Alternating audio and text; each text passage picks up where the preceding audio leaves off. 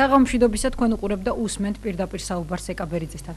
ეროვნული ფორუმის ლიდერი გუბას სანიკიძე აცხადებს, რომ ჯერჯერობით დღის წესრიგში არ დგას კოალიციაში რომელიმე პოლიტიკური ძალის დამატების საკითხი, თუმცა მიიჩნევს, რომ თუ გარე ფაქტორები გამწვავდა კოალიციის გაფართოებასა და შევიწროებაზე კი არა, შეიძლება ფართო ფრონტის გაკეთებაზე იფიქრონ, რათა ის შეცდომა არ დაუშვას ოპოზიციამ, რაც 2008 წელს დაუშვა და რაც ოპოზიციის სტრატეგიული შეცდომა იყო.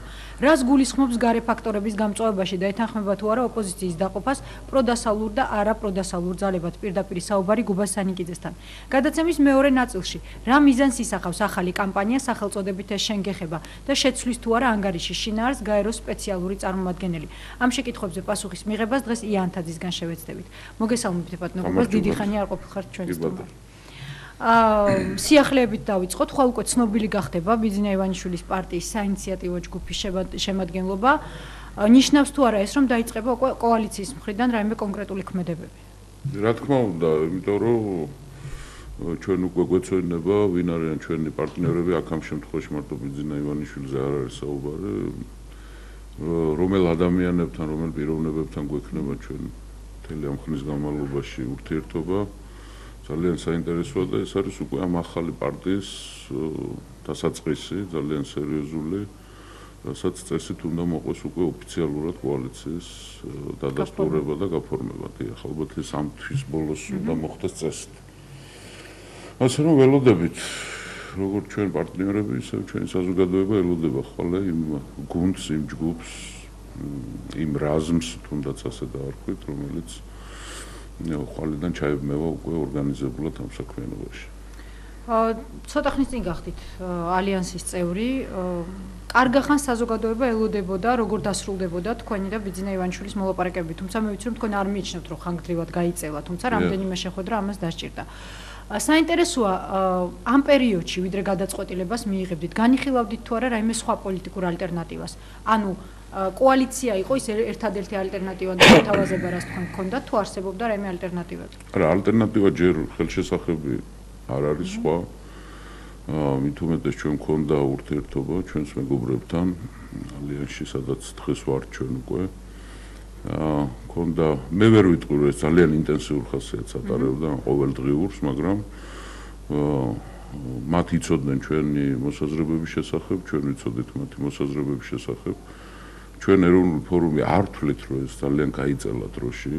ეს დრო საჭირო იყო. უბრალოდ მოლოდინი იყო საზოგადოების. გასაგებია მესმის, რომ ეს მოლოდინი იყო, მაგრამ ჯობია ყველაფერი დასრულდეს, კარგად შესწავლილი იქნეს, დაწონილი იყოს, რომ მერე პრობლემები არ გაჩნდეს, იმიტომ რომ ძალიან ხშირად განსაკუთრებით ქართული ოპოზიციის ავადმყოფობა ეს იყო, რომ ჯერ მოხდებოდა რაღაც თავმოყრა და მერე იყო გარკვევები რაღაცეების.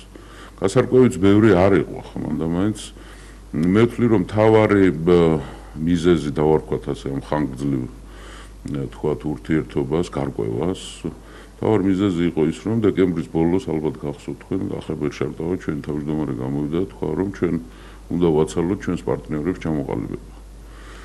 გარკვეულწილად ეს დრო გამოყენებული იქნა საკმაოდ წარმატებით ჩვენი პარტნიორების მხრიდან და ასე რომ, რა ვიცი, უპრობლემოდ მოხდა ეს. მიუხედავად იმისა, რომ ბევრი ჭორი გავრცელდა, დაიწერა, დღესაც გრძელდება რაღაც სისულელეები.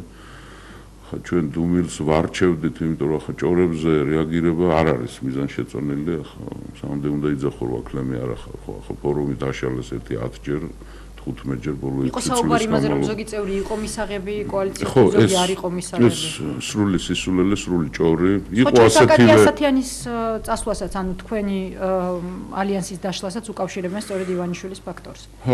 არა, ბლოკი დაიშალა ქალთა პარტიასთან და ტრადიციონალისტებთან, რომელიც ჰქონდა ჩვენ იმ მიზეზით, რომ მაშინ ეს ბლოკი შეიქმნა საარჩევნო გარემოსთან მომუშავე სუბიექტები, როცა ვიყავით ჩვენ. ეს ორი პარტია მხარს უჭერდა ამ პროცესს და უბრალოდ მოხდა მათი ჩართვა ამ საქმიანობაში, ამ ფორმით. შემდეგ სხვა ვითარება გვაქვს დღეს ჩვენ სხვა რეალობაში ვართ, ამიტომ ჩავთვალეთ სამთავემ, რომ როგორც სუბიექტებს ისე გაგვეგრძელებია ჩვენი საქმიანობა, პოლიტიკური საქმიანობა. ჭორებზეც ისე ვიტყვი რა, რომ ძალიან ბევრი ბოროტი ჭორი ვრცელდებოდა, რომ თითქოს ვიღაცები ბლოკავდნენ იქ ფორუმის შესვლას, არავითარი მაგდაგვარი არ იყო ეგ. ეს სისულელეა ყველაფერი მოგონილი. მე მესმის ახლა ხელისუფლების რესურსი მხოლოდ და მხოლოდ სიცრუეა, ახლა სიმართლისთვის აღწევს არ უციათ პატივი მათ, მაგრამ ნუ ახლა ნახეთ რომ ეს ასე არ იყო ეს ჭორები. თქვენი მხრიდან რაიმე პრობლემა არსებობდა? არანაირი. რაც გაძლევდათ ფიქრის საფუძველს. უდოდათ თუ არა ამ არანაირი პრობლემა არ იყო, იქ საქმეზე იყო საუბარი, ახლა მოლაპარაკებების თემატიკის გახმაურებაც არ იყო მიზანშეწონილი საქმიდან გამომდინარე, ახლა საქმის ინტერესებიდან გამომდინარე, როცა პროცესში ხარ, თქვათ, ორი სუბიექტი ან უფრო მეტი სუბიექტი ერთმანეთთან საუბრის დროს არ არის აუცილებლად გამოსატანი გარეთ. ხოთაშორის დაცული იქნა დუმილი ორივე მხრიდან საკმაოდ წარმატებით და ბევრი ვერაფერი ვერ გაიგო ხელისუფლებამ ხოთაშორის რა ხდებოდა ჩვენ შორის. თქვენსა და ბიძინა ივანიშვილის შორის მიდიოდა მხოლოდ მოლაპარაკება თუ ამ მოლაპარაკებას ესწრებოდნენ რესპუბლიკელები და თავისუფალი დემოკრატები? ყველა იყვნენ რესპუბლიკელებიც, თავისუფალი დემოკრატებიც, ბატონი ბიძინაც და ჩვენც. ირაკლი ალასანიამ ერთ-ერთ ინტერვიუში პრესას მისცა მას ეს ინტერვიუ თავისებურად ახსნა თქვენი მოლაპარაკებების მიზანი. მან თქვა რომ ბიძინასთვის ფორუმი და ფორუმის ლიდერები არ იყვნენ თავიდანვე ცნობილი და ამიტომაც ორივეს დასჭირდათ რომ რათა გაერკვიათ ერთმანეთის ღირებულებები და შეხედულებები. ამისთვის ერთი შეხვედრა არ იყო საკმარისი და ამიტომაც მოხდა რამდენიმე შეხვედრაო. გაცნობის პროცესი იყო ეს მართლა ან რატომ არ გიცნობდა თქვენ ბიძინა ივანიშვილი თუ იცნობდა თავისუფალ დემოკრატებს და იცნობდა რესპუბლიკელებს რომელთა მიმართ თავისი პოზიცია თავიდანვე დააფიქსირა. მესმის მე რასაც მეკითხებით გარკვეულწილად ესეც იყო გასარკვევი, იმიტომ რომ გარკვეული შეხედულებები იყო ჩვენს შესახებ, თქვათ, ჩვენი კოლეგების შესახებ. გადაწყვეტილება ზოგან უფრო სწრაფად ხდება, ზოგან უფრო ნელა ხდება, გარკვეული დრო ჭირდება ამას. მე ვფიქრობ, რომ ეს მხოლოდ და მხოლოდ პლუსზე მეტყველებს, იმიტომ რომ კარგი შესწავლა, ურთიერთშესწავლა ცუდი არ არის ამ საქმეში, ხო? ასე რომ მე ვთვლი, რომ საკმაოდ ნორმალურად და კარგად წარიმართა ყოველგვარი პრობლემების გარეშე ეს პროცესი და დღეს ჩვენ ვართ სუბიექტი გაერთიანების და მზათა ვართ, რომ მონაწილეობა მივიღოთ ჩვენი მთლიანი რესურსით. თუმცა ბატონო გუბაზ, თავისუფალი დემოკრატები და რესპუბლიკელები თავიდანვე დასახელდნენ ივანიშვილის პარტნიორებად, მანამდეც კი ვიდრე მათთან რაიმე კონკრეტული მოლაპარაკება იქნებოდა. თქვენ არ იყავით მათ რიცხვში. თუმცა არ იყავით არც იმ პარტიების რიცხვში, ვინც მიუღებლად დაასახელა ივანიშვილმა. მე ვერ გეტყვით ახლა რატომ თავიდანვე ვერ მოხდით? არ არის ეს ჩემთვის საინტერესო მანდამაინც და რო გითხრათ არ დაგისვათ ეს? არა, არ დაგვისვამს და ახლა მე მგონი არაკორექტული შეკითხვაც არის ახლა როგორ უნდა შევეკითხო კაცს რომ რატო ჯერ იმათ დაელაპარაკე მე რატო დამელაპარაკე ახლა მე მგონი ახლა დასრული ადამიანები ვართ ხო და ახლა ეს ცოტა არასერიოზული შეკითხვაა. პრობლემა ამაში არ არის არანაირი. თქვენ აცხადებთ რომ სწორ დროს მოხდა თქვენი ინტეგრირება კოალიციაში. რატომ არის ეს სწორი დრო? სწორია, რაც დაუშვათ ხომ არ შეიძლება რომ თქვენი გამოცდილება უფრო ადრე რომ გაერთიანებულიყავით მიგეშველებინათ იგივე ივანიშვილის პარტიის აწყობის თვალსაზრისით. არა, ივანიშვილის პარტიის აწყობაში ჩვენ ახლა ვერ მივიღეთ. საორგანიზაციო საქმეების გულისხმობ ხო, ახლა ეს მათი საქმეა, ავტონომიური საქმეა, ჩვენი კოლეგები არიან ისინი, ჩვენ ყველანაირად მზათა ვართ რომ ხარი დაუჭიროთ მათ რჩევებით, საქმიანობით, მაგრამ სწორედ ამას გულისხმობ რჩევებს და საორგანიზაციო საქმეებს. ახლა ეს გამორიცხულია, ხო ეს მათი გადასაწყვეტია, ჩვენ პატივს ვცემთ ჩვენ კოლეგებს. მე ვთვლი რომ არა ვთვლი მე რომ ხანგრძლივი იყო, აქ იყო საუბარი იანვარი, დეკემბრის ბოლო, იანვარი და თებერვლის დასაწყისში გადაწყდა ეს. მე არა ვთვლი რომ აქ აი მე პრობლემური დრო ან ამე დრო დაიკარგა არავითარ შემთხვევაში. რა იყო თქვენი აზრით კონკრეტული მიზიდულობა ფორუმის ივანიშვილისთვის და მასთან მყოფი ძალებისთვის? ანუ რითი არის ფორუმი მომხიბვლელი ამ შემთხვევაში, როგორც კოალიციის სრულფასოვანი წევრი, რადგან პარტიები, ანუ იგივე ეროვნული საბჭო დაიშალა და მხოლოდ პიროვნულად მოხდა გაერთიანება იქ ზვია ძიძიგულის თუ კობა დავითაშვილის. ამ შემთხვევაში თქვენ როგორც პარტია გახდით კოალიციის წევრი, რა იყო მიზიდულობის ძალა? პირდაპირ გეტყვით ეს მათი მოსაზრება და არც დამალავი, ფორუმს საკმაოდ ბევრი მომხრე ყავს და კიდევ რაც ძალიან მნიშვნელოვანია, ფორუმს ძალიან ძლიერი ორგანიზაციები ყავს საქართველოში, ახლა ეს დამალული არ არის თბილისშიც და რეგიონებშიც. ჩვენი კოლეგების მხრიდან, ბატონ ბიძინას მხრიდან იქნა ეს შესწავლილი გაგებული, ამას დრო ჭირდებოდა ხო, ახლა ეს სავსებით ბუნებრივია ხო? ვთქვათ, ვისთან აპირებ ყოფნას, ვისთან ერთად აპირებ ბრძოლას, უნდა იცოდე ხო რა ძალმოსილების არის. ფორუმის ხიბლი ამაშია, ფორუმს გარკვეული ნიშა უჭირავს ქვეყანაში, ეს არის ეროვნული საკითხის წამოწევა, პრიორიტეტი, რომელიც აუცილებლად ჭირდება ჩვენს გაერთიანებას. ასე რომ რა ვიცი, ბუნებრივი იყო და ეს მისგანაც ნათქვამი არის, რომ ფორუმის ორგანიზაციები ძალიან საინტერესოა. ჩვენ ახლა როცა შევქმენით ფორუმი, ჩვენი მთავარი ამოცანა იყო, რახან ნაცები ძალიან ორგანიზებული ძალაა, როცა ფორუმის სათავეებთან ვიყავით მე, კახა შარტავა, რეზო შავიშვილი, ირაკლი მელაშვილი, ცხონებული ნიკო ორველაშვილი, ჩვენ მივიღეთ გადაწყვეტილება, რომ შეგვექმნა ძლიერი ორგანიზაცია. ჩვენ ავად თუ კარგად ეს მოვახერხეთ და ვთვლით, რომ ქვეყნისთვის გამოსადეგი ორგანიზაციაა ეროვნული ფორუმი. ჩვენ წევრები ძალიან მოტივირებული და ძალიან პრინციპული ადამიანები არიან, ისთვისაც მე აი თქვენი ეთერის საშუალებითაც მადლობას ვუხდი. ვერ შედგა თავის დროზე თქვენი რესპუბლიკელების და თავისუფალი დემოკრატების ურთიერთობა 6-იანის ფარგლებში, 6-იანს გულისხმობ. მაშინ სხვადასხვა მიზეზი სახელდებოდა და დაშლის საბაბად ერთ-ერთი იყო ისიც, რომ თქვენ დაიწყეთ დამოუკიდებელი მოქმედება იგივე ქართული მარში, რომელიც არ შეუთანხმეთ მაშინდელ პარტნიორებს, თუმცა საქმე მაგაში არ არის. მე მაინტერესებს, რას ცვლის ახლა უკვე ივანიშვილის ფაქტორი პარტიების ურთიერთობაში. რადგან ოპოზიციას და ოპოზიციურ გაერთიანებებს მუდმივად ჰქონდათ მიზეზი იმისთვის, რომ ისინი დაშლილიყვნენ. ეს მარადიული თემა არის ლიდერობის პრობლემა საქართველოში. ახლა ბევრს ეს ქართული სენი გონია, ეს არ არის ქართული სენი, ეს არის ადამიანის თვისება. უფრო მეტად წარმოიდგინოს საკუთარი თავი და პერსონა ვიდრე რეალურად არის ეს. ახლა უცხო არ არის, ხო? პრობლემა ივანიშვილის შემოსვლა სერიოზული პრობლემა მოხსნა, ანუ მეთაური პოლიტიკური ერთეულის და ლიდერის პრობლემა უკვე მოხსნილია, ხო? ის არის ფიგურა, რომელიც ძალიან წონადია, ძალიან საინტერესოა, ახალია, რაც თავარია, მაგრამ ამავე დროს ძალიან სერიოზული ბიოგრაფიის მქონე ადამიანი არის ისა, ხო? ამიტომ ის შემაკავშირებელი აღმოჩნდა უკვე იმ პოლიტიკური ძალების, რომლებმაც გარკვეული პერიოდი გავიარეთ ჩვენ გვაქვს გამოცდილება ამ ადამიანებთან, ჩვენ ურთიერთობის პრობლემა არც არასდროს არ გქონია და არც გვექნება. ახლა შეიძლება ისე ბევრი ჭორები გავრცელდეს, რომ რაღაც ჩვენ პრობლემები ერთმანეთში გქონდეს. გამორიცხულია ეს. ჩვენ საკმაოდ კარგად ვიცნობთ ერთმანეთს, თუნდაც ბოლო 2 წლის განმავლობაში, როცა ჩვენ რვიანში ან 6-იანში ერთად ვიყავით. თუმცა ფაქტია, რომ 6-იანი დაიშალა, თუ პრობლემა არის, 6-იანი არ ყოფილა პოლიტიკური ბლოკი, მესმის, მაგრამ იყო ძალიან საჭირო მიზნით გაერთიანებული ერთობა. 6-იანმა, 8-იანმა თავის დროზე და 6-იანმაც თავისი როლი ითამაშა ძალიან სერიოზულად. მართალია იმ შედეგით არ დამთავრდა, რასაც ვისურვებდით ჩვენ, მაგრამ ამას სუბიექტური და ობიექტური მიზეზები ჰქონდა. საკმაოდ სერიოზულად დაიბომბა ქვეყნის შიგნით 8-იანის ფორმატი და საერთო საარჩევნო გარემოსთვის ბრძოლა. დღეს ადამიანები ამბობენ, რომ მოდი ახლა დავიწყოთ ბრძოლა ამისთვის, როცა მაშინ პირიქით შვებოდნენ და ამბობდნენ, რომ აქედან არაფერი არ გამოვიდა, მაგრამ ეს იყო თემატური ერთობა ახლა, იმიტომ ბლოკად ჩვენ ჩავთვლით 6-იანს.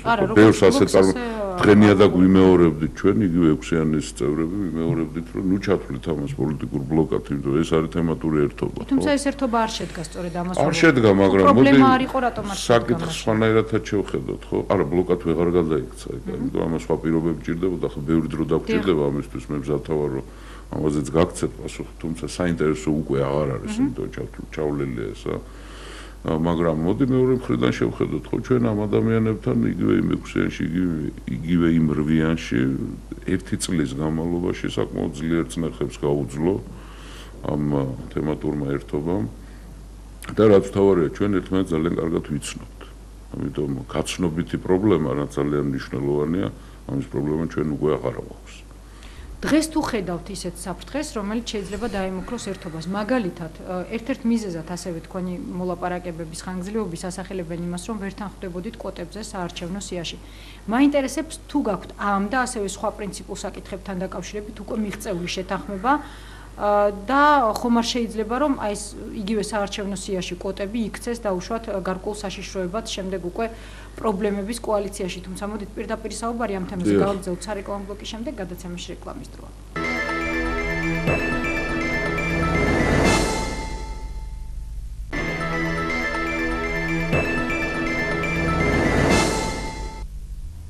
ვაგრძელებთ პირდაპირ საუბარს გუბას სანიკიძესთან, ბატონო გუბას. ფიქრობ თუ არა რომ შეიძლება კიდევ არსებობდეს რაიმე საშიშროება, რომელიც პრობლემას შექმნის კოალიციაში. მაგალითად, როგორც არის კვოტების საარჩევნო სიაში, ხშირად არის ძალიან, როდესაც სწორედ ეს იქცევა ხოლმე მიზეზად ამა თუ იმ გაერთიანების დაშლის. და საერთოდ ეს სახელდებოდა ერთ-ერთ მიზეზად მოლაპარაკებების გაჭიანურების. არა, ესეც სწორია. კვოტებზე არ ყოფილა ლაპარაკი, ჩვენ მიგვაჩნია რომ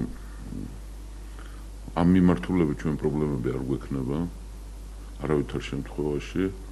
დასაწყისშივე იმიტომ არ ითქვა რომ მე ძალიან ბევრჯერ მინახავს როგორც კი კვოტებზე იწყება ლაპარაკი ახლა ჩემ პარტნიორებს არ გულისხმობ აქ საზოგადოებრივ ასე ხდება ხოლმე ზოგი დაიბევებს თავს და შეიძლება საერთოდ აღარც გაინძრეს კიდევ მინახავს მე ასეთი ხალხი ვისაც დაუგულებია თავი რაღაც გარანტიები არა, მე არ ვფიქრობ და თითქმის გამოვრიცხავ, თითქმის კი არა გამოვრიცხავ, რომ ჩვენ რაიმე დავშალოთ ამის გულისთვის, რომ კვოტებზე.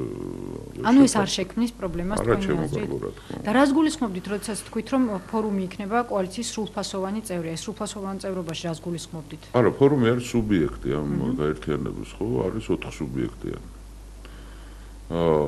ასე რომ ანუ სიებშიც თანაბრად გადანაწილდება ადგილები ეს მაგას ნიშნავს ნახოთ არც ამის შეთანხმება ეგ ნახოთ როგორ იქნება რანაირად იქნება მე უბრალოდ გაძლევთ იმის სიტყვაზე გარანტიას რომ ამ კოალიციას არ ემუქრება დაშლა კვოტების გამო სხვა რამის გამო არ სხვა რამის გამო ახლა ნუ თუ დაიქცა ქვეყანა და არ ვიცი ხო ბატონო გუბას მუდმივად ჩდება საზოგადოებაში წარსული გამოცდილებიდან გამომდინარე კითხვა რა არის ის მინიმალური და მაქსიმალური ზღვარი რისი მიღწევაც სურს ოპოზიციას რადგან ხშირად არის რომ ოპოზიციური გაერთიანებები თუ პარტიები სახავენ ერთ მიზანს და შემდეგ კმაყოფილდებიან გაცილებით ნაკლებით ამ შემთხვევაში თუ ხართ ჩამოყალიბებული თქვენ პარტნიორებთან ამასთან დაკავშირებით ბიძინა ივანიშვილი საუბრობს საკონსტიტუციო უმრავლესობით მოსვლაზე პარლამენტში რა თქმა უნდა, შედეგი უნდა იყოს გამარჯვება, ანუ ნაცმოძრაობის დამარცხება არჩევნების გზით და ხელისუფლების გამოცვლა არჩევნების გზით, კონსტიტუციური გზით.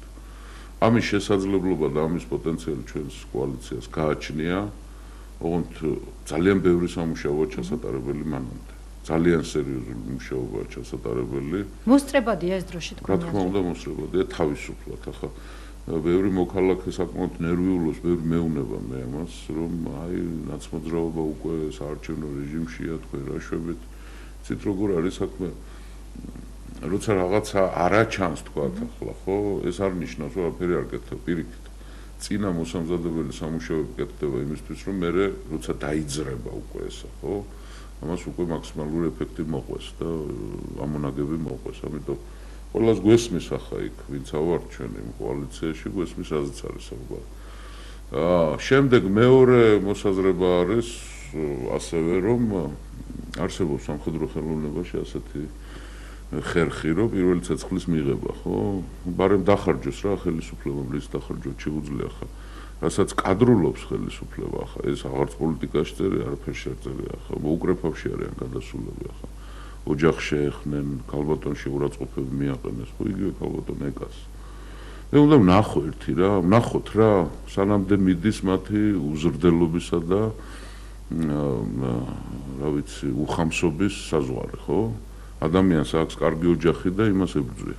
და რა არის ამ შემთხვევაში ხელისუფლების მიზანი? ამიტომ ვნახოთ მათი რესურსები რა არის, როგორც აღმოჩნდა, ძალიან საკმაოდ შეზღუდული რესურსები აქვთ უკვე ლანძღვაგინების, ჭორების ეს უმეტესწილად არის აი ორღობეში გატარებული ამბების ჭორები არის რა რომ იმან ასექნა, იმან ისექნა, ის თურმე ისე ყოფილა და ასე შემდეგ ახლა ჩვენ რასაც უყურებთ ხო ახლა მე არასდროს არ მიყვარს ხოლმე ჟურნალისტებზე აუგის თქმა მაგრამ ახლა ერთი ტელევიზია არის ვიტყვი ახლა რეალტივი რასაჩვევა ნუ ამას მე არ მეგონა ადამიანებს თუ შეუძლიათ ასეთ რამეები იკადრო რა არის თქვენი აზრით დღეს ხელისუფლების მოქმედებების მიზანი რადგან ცხადია უკვე გამომდინარე საერთაშორისო შეფასებებიდან იგივე ჩვენი სტრატეგიული პარტნიორების თუნდაც ობამას და სააკაშვილის შეხვედრის შემდეგ რომ თვითონ არჩევნები ჩატარდება ძალიან დიდი დაკვირვების ქვეშ.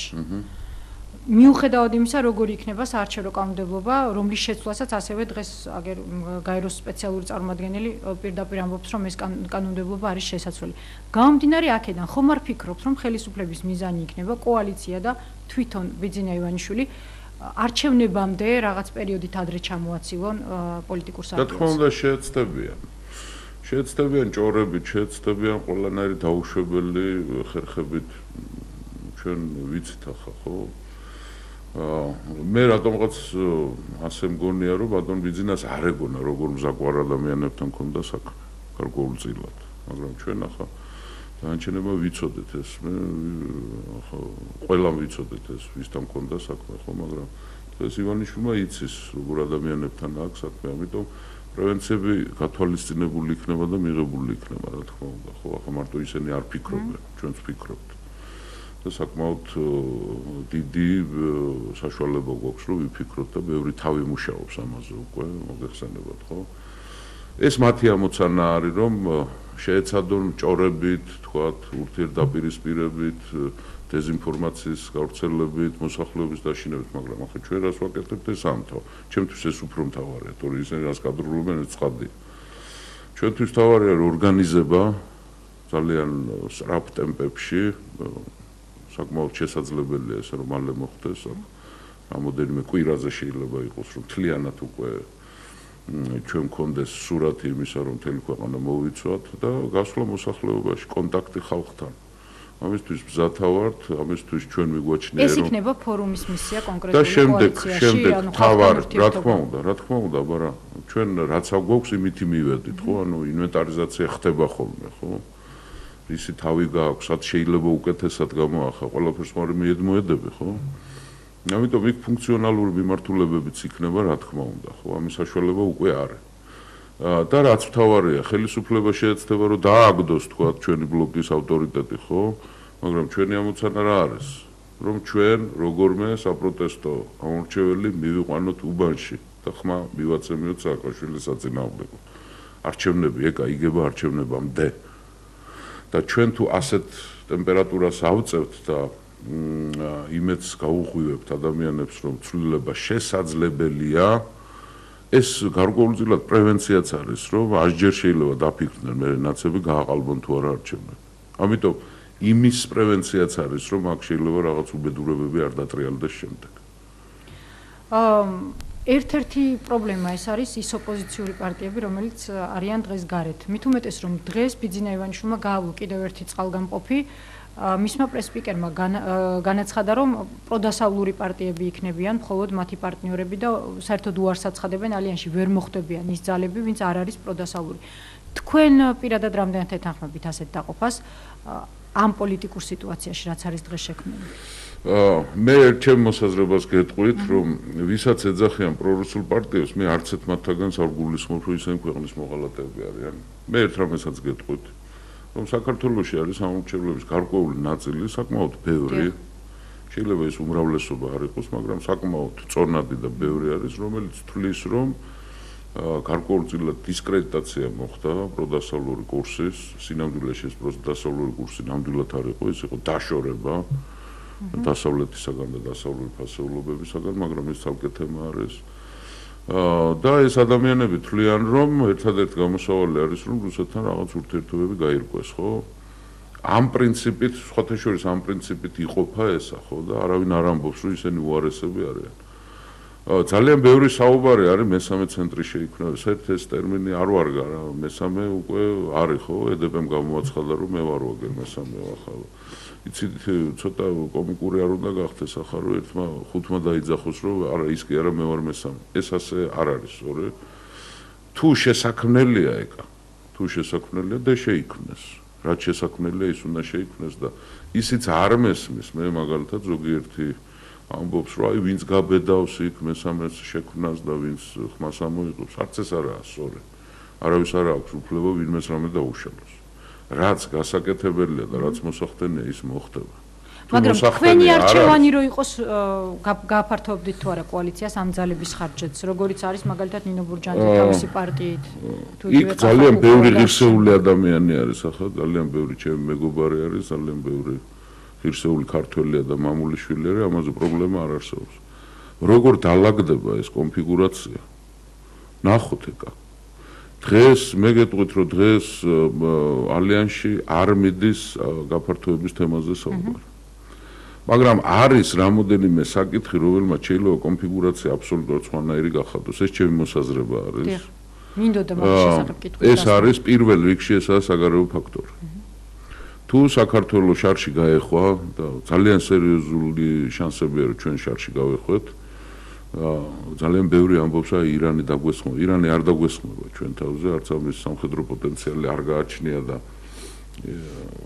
მე ვფიქრობ რომ სამხედრო მოქმედების დაწყების პირობებში ამერიკელებს არ დაჭირდებათ მაინც საქართველოს ტერიტორია, იმიტომ რომ სამი მხრიდან ბლოკადირება შეუძლიათ მათ ირანის, ერაყიდან, ავღანეთიდან და არაბეთის ზღვიდან, მაგრამ ამის თავანებოდ ხიფათი ისევ რუსული საკითხია.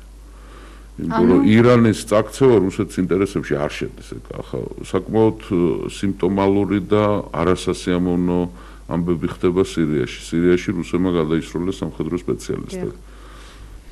ეს არ არის სასიამოვნო ამბავი, ამას ყურადღება უნდა მივაქციოთ.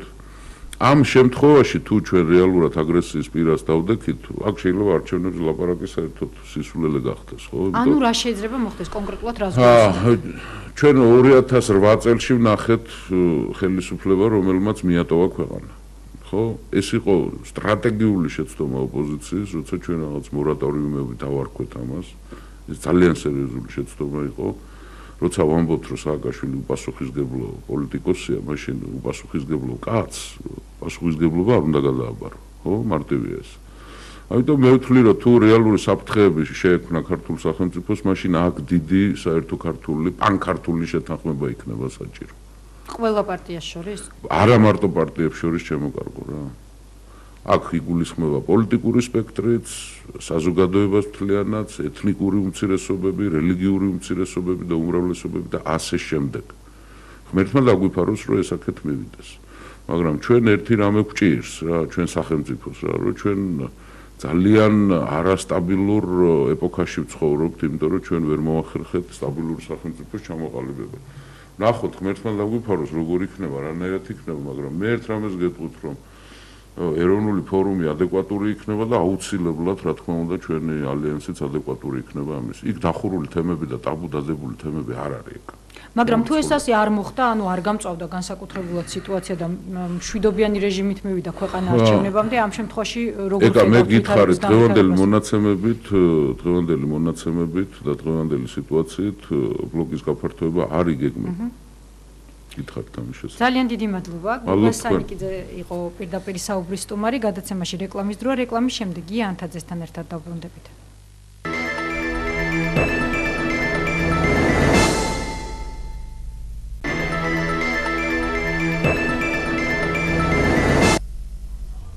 თქვენ უყურებთ და უსმენთ პირდაპირ საუბარს, ია ანთაძეა ჩვენი სტუმარი, მოგესალმებით. მოგესალმებით და მივესალმებით ჩვენს მაყურებელს. გააქტიურდნენ არასამთავრობო ორგანიზაციები და ასევე მედია ორგანიზაციები საარჩევნო კანონმდებლობასთან დაკავშირებით.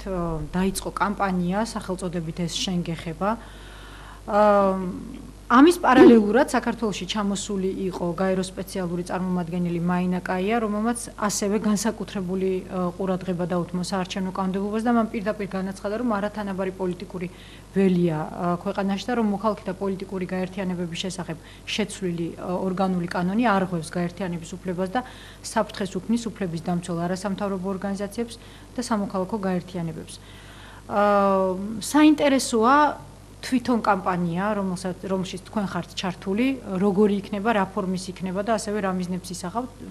მოდით დავიწყოთ ოღონდ მიზნებით, იმიტომ რომ ალბათ ეს არის ყველაზე მნიშვნელოვანი. რა თქმა უნდა, მიზნები არის ძალიან მნიშვნელოვანი და მით უმეტეს შეიძლება ითქვას, რომ მიზანი არის ძალიან მარტივი.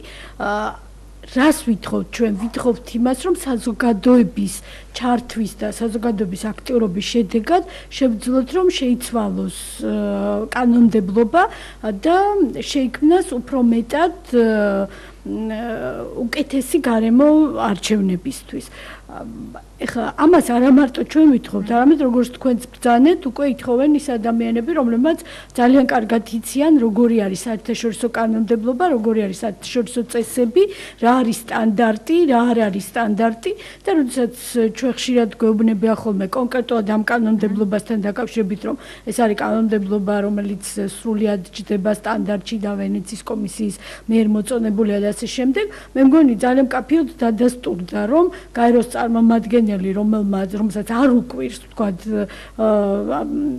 რა არის, რა ეტევა სტანდარტში და რა არ ეტევა სტანდარტში, მისთვის არ არის უცხო არც ერთი და არც მეორე, მან ძალიან კაფეოდ თქვა, რომ ეს კანონმდებლობა არ არის სტანდარტის შესაბამისი. ყოველ შემთხვევაში მე ესე გავიგე მისი განმარტება. ასე იყო ნამდვილად მან ისიც თქვა, რომ პირდაპირ არის ერთ პიროვნებაზე. მან ეჭვი გამოთქვა, რომ პიროვნებაზეა მორგებული კონკრეტული კანონები. მან ბრძანა, რომ როდესაც ესეთი სუბიექტური ხასიათი აქვს კანონებს, არამდგრად გარემოში მათი ეფექტიანობა არის დიდი კითხვის ნიშნის ქვეშ დასაყენებელი. ახლა რა ძალიან ხშირად მეკითხებიან ამ ბოლო დღეების განმავლობაში ეს კამპანია სინამდვილეში არის თუ არა შედეგზე ორიენტირებული და ყველა საინტერესებს დიახ არის თუ არა შედეგზე ორიენტირებული. ახლა პირველ რიგში იმისთვის რომ ჩვენი მაყურებელი დარწმუნდეს რომ შედეგი არის მნიშვნელოვანი ძალიან მე მინდა კიდევ ერთხელ გავიმეორო ის რაც ამ კამპანიის დასათაურებაში არის ეს შენ გეხება. ნამდვილად იმგვარად არის კანონის ტექსტი დაწერილი აი რამდენიმე კანონზეა სამ კანონზე არის აქ ლაბარაკი რომ თითოეულს შეიძლება შეეხოს. აი თითოეულს ვინც ახლა გვისმენს და ფიქრობს რომ ეს მას სრულებით არ ეხება, სინამდვილეში ეს შეიძლება მას შეეხოს ხვალ და ზეგ. თუმცა განმარტებები ხელისუფლების მხრიდან არის ესეთი რომ არა ჩვენ ამ კანონს ესე არ გავიგებთ, ესე არ განმარტავთ და პრაქტიკაზე საუბრობ რომ აი პრაქტიკაში იქნება პრობლემა ამ შემთხვევაში. მე გეტყვით რატომ, იმიტომ რომ რა არის ამ ცვლილებების არსი? ამ ცვლილებების არსი არის ის რომ გაჩნდა ცნება იმ ადამიანების, რომლებიც შეიძლება იყვნენ პარტიასთან კავშირში პირდაპირ ან ირიბად. ეს ეხება როგორც ფიზიკურ პირებს, ანუ თითოეულ ადამიანს, ეს ეხება იურიდიულ პირებს, ანუ ორგანიზაციებს. როგორც არის მაგალითად რესპუბლიკური ინსტიტუტი, რომელსაც თქვა გაეგზავნა მოთხოვნა, თუმცა მათ უარი უთხრეს კონტროლის პალატას მიაწოდონ საკუთარი ფინანსური ანგარიშების შესახებ დოკუმენტები. დიახ, და სხვა შორის კონტროლის პალატამ ქაბატონმა მოგელაძემ უბრალოდ ბრძანა, რომ ძალიან არანაყოფიერ დავაში შემოვიდნენ კანონიერ დავაში ჩვენთანო და არ ვიცი ხა ეს დავა რით დასრულდება, მაგრამ მე მაინც მინდა რომ ვიყოთ ორიენტირებული ამჯერად თითოეულ ადამიანზე და ავუხსნათ ყველას ვინც გვისმენს რომ ესე იგი რა პარტიასთან დაკავშირებული პირი ვინც აღმოჩნდება ანუ ცალკეული ადამიანი იქნება თუ ორგანიზაცია მასზე გავრცელდება იგივე შეზღუდვები რა შეზღუდვებიც აქვს პარტიას და ამიტომ ეს შეზღუდვები არის ძალიან რთული როგორც თითოეული მოქალაქისთვის ასევე არის ძალიან რთული ორგანიზაციებისთვის და არის არასამართლიანი რომ თქვათ იმ ბუნდოვანი კრიტერიუმების ფონზე უცებ შეიძლება მეც აღმოჩნდეთ თქვენც და სხვაებიც პარტიასთან დაკავშირებული ირიბად თუნდაც პირი და ამის გამო მე შემეზღუდება ბევრი რამ მაგალითად თავიდანვე ვიტყვი რომ ეხლა ეს მაგალითები რომელზეც მე ვსაუბრობ არის იურისტების მიერ დაწერილი სპეციალურად იმისთვის რომ გზამკვლევებით იყოს ჩვენთვის ვინც არ ვართ იურისტები და ცოტა იყოს მეუხერხულება ამ მაგალითებზე საუბარი იმიტომ რომ მეც კი დაუჯერებლად მიმაჩნია რომ ესეთი რამ შეიძლება ამ კანონის საფუძველზე განხორციელდეს მაგრამ მაინც ვიტყვი იმიტომ რომ ეს იურისტებმა თქვეს და ეს საფრთხები სინამდვილეში კანონის ტექსტში არსებობს აი მაგალითად ესეთი რამ ჩვენ ვიცით რომ საქართველოდან ბევრი ადამიანი არის უცხოეთში მუშაობენ იქ და აგზავნიან შემოსავლებს თავის ოჯახებში და ნათესაობის ოჯახებში, ხო? აი თუ საქართველოში მაგალითად რომელიმე პირმა გამოთქვა თავისი მოსაზრება რომელიმე პარტიის სასარგებლოდ ან რომელიმე პარტიის საწინააღმდეგოდ და უცებ რატომღაც კონტროლის პალატამ ჩათვალა რომ ეს ადამიანი ირიბად დაკავშირებული პირი არის პარტიასთან, რომელიმე პარტიასთან მას შეეზღუდება ესე იგი უცხოეთიდან აი ამ ფინანსური დახმარების მიღება. წარმოიდგინეთ ესე იგი რატომღაც რომ მოუნდეს ჩვენ სახელმწიფოს ეხლა რომ განახორციელოს ის რაც კანონში წერია და რასაც იურისტები ამბობენ რომ ეს ამას ნიშნავს, ეს იმას ნიშნავს ესე იგი რომ საქართველოში აი ძალიან ბევრმა ადამიანმა შეიძლება იმის გამო რომ გამოხატა თავის სიმპათია ან ანტისიმპათია რომელიმე პარტიის მიმართ ვერ მიიღოს თავისი ოჯახის წევრის მიერ გამოგზავნილი დახმარება უცხოეთიდან. ეს სულ ხვაზე რომ არაფერზე აღარ ვისაუბროთ, მარტო ეს მაგალითი ნიშნავს იმას, რომ მართლა შეიძლება თითოეულ ადამიანს შეეხოს და ეხლა ეს კანონი, როგორ კანონების კრებული, ასე ვთქვათ, სინამდვილეში იმისთვის კი არ არის შექმნილი, რომ მაინდამაინც გამოიყენონ და მართლა ყველა ადამიანს შეუზღუდონ ეხლა საშუალება, რომ ოჯახის წევრისგან დახმარება მიიღოს. არამედ არის იმისთვის, რომ თითოეულმა ადამიანმა იფიქროს, რომ აი ხა მე რომ ვინმეს მხარი დაუჭირო, ან მე რომ ვინმეს წინააღმდეგ რაიმე განცხადება გავაკეთო. შემთხვევით, ხომ არ მოხდება ისე რომ მე ხო არ მოუყვები იმ რაღაცა უცნაური და ბუნდოვანი კანონის დაქვემდებარებაში და ანუ პრევენცია ერთგვარი პოლიტიკური მიდგომების? დიახ, პრევენციას თუ დაუძახებთ, ეს ძალიან როგორ გითხრათ, რბილი მიდგომა იქნება. ეს არის ჩემი აზრით ცდილობა რომ ადამიანებს გაუჩინონ შიში იმასთან დაკავშირებით რომ მათ არანაირი პოლიტიკური აქტივობა არ გამოავლინონ. ეხლა ამას თავი დავანებოთ, როდესაც ადამიანი ვთქვათ პოლიტიკურად რომელიმე პარტიას უჭერს მხარს ან არ უჭერს მხარს, საუბრობს ამის შესახებ სამსახურში, ან მეგობრებთან, ან არ ვიცი როგორც არის, მაგრამ ვთქვათ მეორე რამე რომ აი ვთქვათ არის ამომრჩეველი, ჩვენ ვიცით ბევრი შემთხვევა არის ესეთი, როდესაც პოლიტიკოსებს ხედავენ ადამიანები, უჩნდებათ ხოლმე სრულად შეშჩივლონ მათ თავისი პრობლემების შესახებ, ხო? და ჩვენ იურისტები გვეუბნებიან, რომ კანონში ეს წერია, რომ თუ მაგალითად ვინმეს გან აიღებ რაიმე დახმარებას რომელიმე პოლიტიკოსისგან, მაგალითად ვინმე მოვა და თუნდაც იმ დონეზე, რომ ვთქვათ შენს ეზოში ასფალტს დააგებს იმის შემდეგ, რაც მეზობლები წუწუნებენ, რომ აი რას გავს ეს ჩვენი ეზო და ასე შემდეგ, ესე შეიძლება ჩაითვალოს, რომ პარტიასთან დაკავშირება ხდება, ვთქვათ, აი ესეთი გზით, რომ აი ვიღაცა რომელიღაცა პარტიის წარმომადგენელს უცებ მოვიდა თავში აზრად, რომ დაგიგოს ასფალტი ეზოში, ხო? ბევრი რამ ისეთი მაგალითია, როდესაც აი ვთქვათ, თუნდაც ადამიანმა შეჩივლა რომელიღაც პოლიტიკოს და უთხრა, რომ აი წამლის ფული არა მაქვს შვილიშვილი ავაცა მყავს, ხო? ეხლა ჩვენ საუბრობთ ერთი მხრივ ძალიან კაფიო მაგალითებზე, რომლის გავსით ბევრი მომხდარა აქამდე.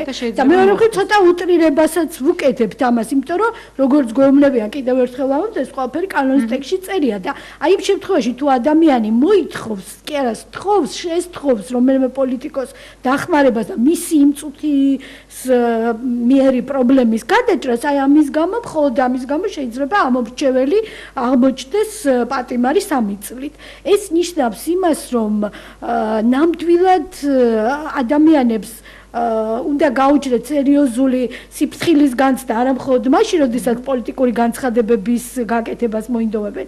არამედ მაშინაც თუ კი მოინდომებენ, რომ ვიღაც მათ დაეხმაროს. და ჩვენ ვიცით, რომ ხელისუფლებამ ამომრჩეველი ძალიან მიაჩვია, რომ ამ არჩევნების წინ სწორედ ყოველთვის ეხმარება და ჩვენ ვამბობთ ხოლმე, რომ თითქოს რაღაცეთ მივეჩვიეთ, რომ ეს ნორმალურია, რომ ვიღაცას უჭირს და თქვათ არჩევნები მოდის და აი ახლა შეიძლება მის გაჭირვებას დაესვას.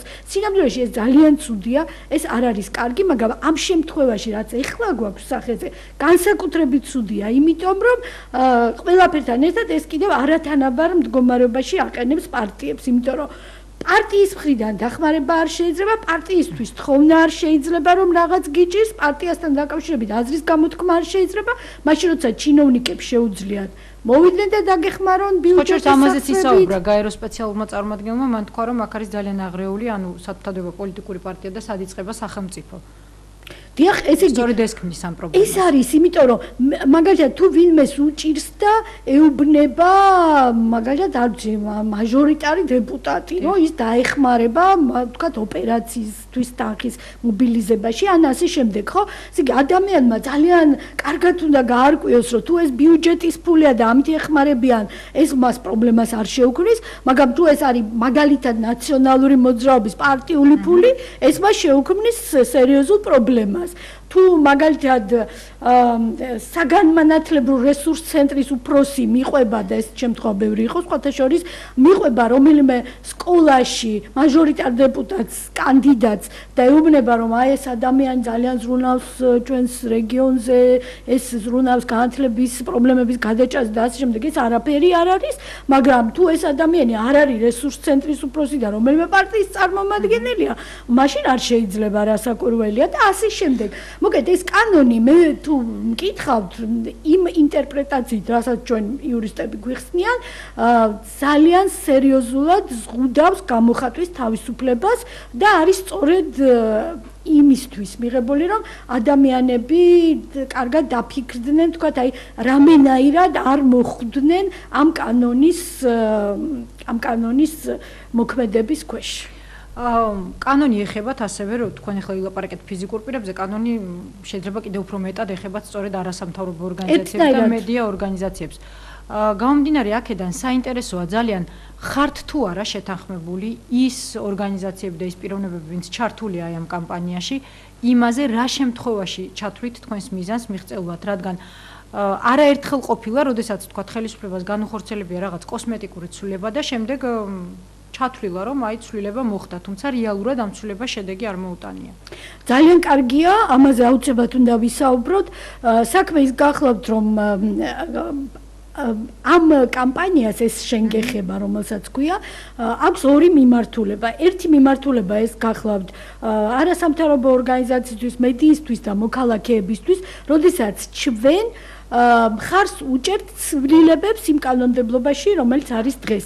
მაგრამ არის მეორე მიმართულება ძალიან მნიშვნელოვანი, როდესაც წარდგენილი იქნება იმგვარი პაკეტი, რაც წარმოადგენს ჩვენი აზრით სამოქალაქო საზოგადოების და საერთოდ საზოგადოების ინტერესს. ანუ ახალგაზრდა იურისტთა ასოციაცია, სამართლიანი არჩევნები და საერთაშორისო გამჭვირვალება საქართველოს, ეს სამი ორგანიზაცია, თუ არ ვცდები, აკეთებს ქმნის აი იმ ცვლილებებს, რომელიც შეჯერებულ ხედვას წარმოადგენს. აი თუ ესეთი არ უნდა იყოს კანონმდებლობა, როგორიც არის, მაშინ როგორი უნდა იყოს, რომ ერთი მხრივ მართლაც საერთაშორისო სტანდარტს პასუხობდეს და მეორე მხრივ არ ზღუდავდეს გამოხატვის თავისუფლებას და არ აყენებდეს ამომრჩეველს რაღაც გაუგებარი დარტყმის ქვეშ.